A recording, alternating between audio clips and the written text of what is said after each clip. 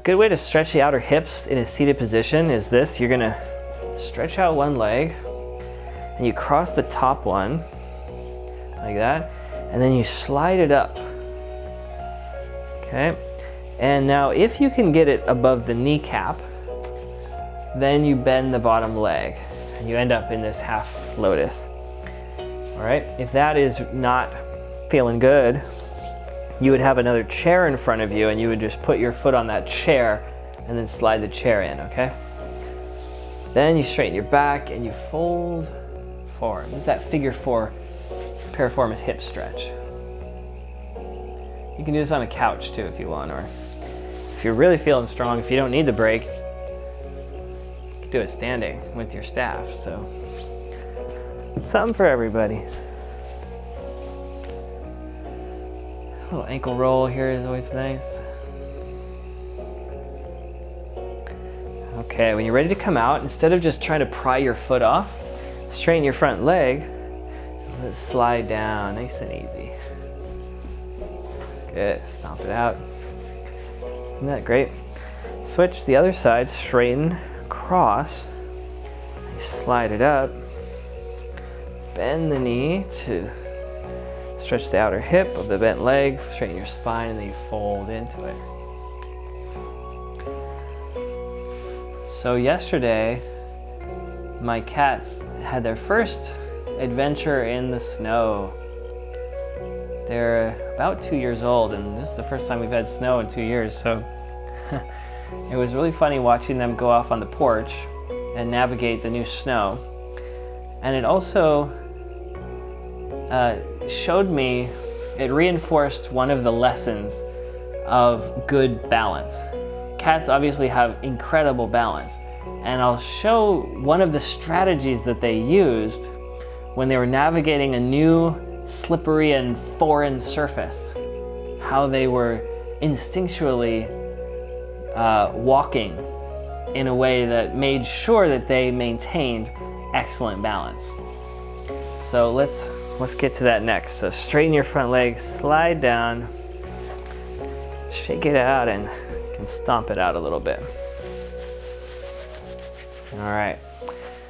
So if you're ready, we'll come back up to your feet, and we're going to practice something that I usually call the samurai step, but today we're going to call it the catwalk, because that's, don't worry, we're not going to do any of that stuff, but the catwalk is how my cats were walking on the snow.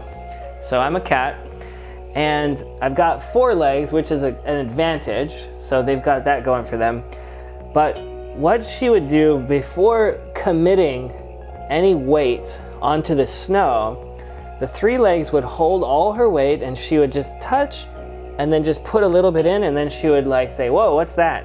That's not very stable. I'm sinking in to the snow. And so that ability to only commit your weight and to press down, to touch, but not be dropping in is really important for balance. The way we usually walk is we're actually just controlled, it's a controlled fall.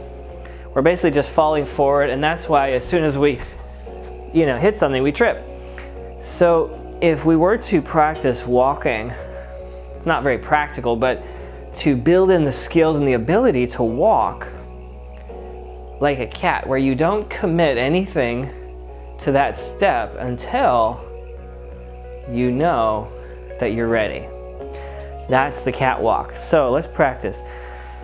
Start with your feet close together. Your hands can kind of just float around the middle here. They're just gonna be neutral.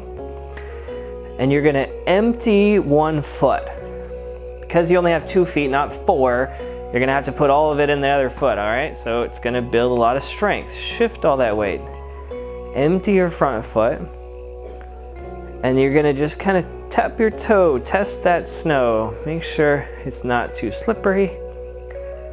Once you decide, then you shift your weight. All right, and then you empty the back foot.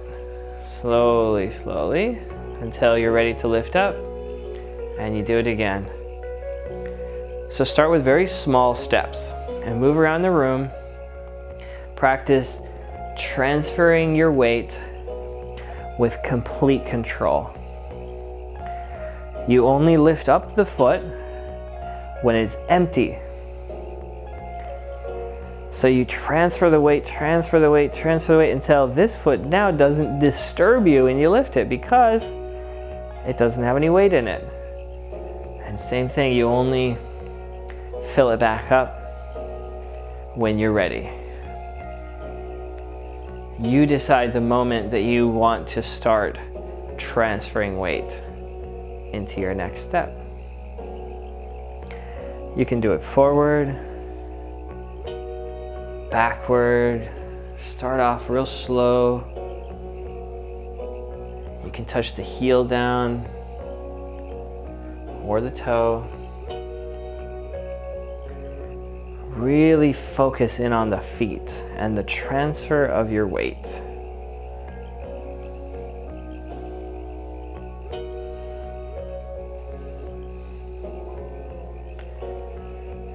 Notice how much more work it is than just walking around. You're gonna feel your feet shaking and trembling and burning with effort. And all that is just fine. As long as you're not having pain. If you have pain, then take a break or reduce the size of your step. Fatigue is fine, don't push through pain.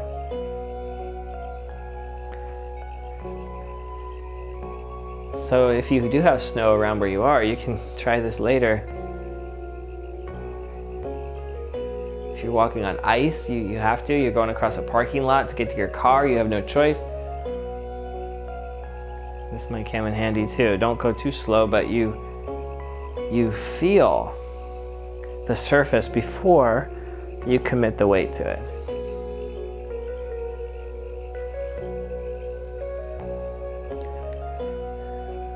Nice.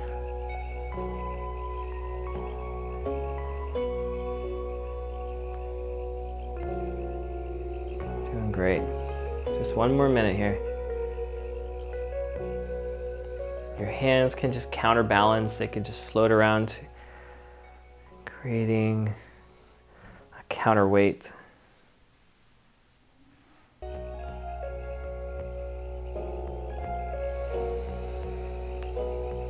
Feel the core getting involved.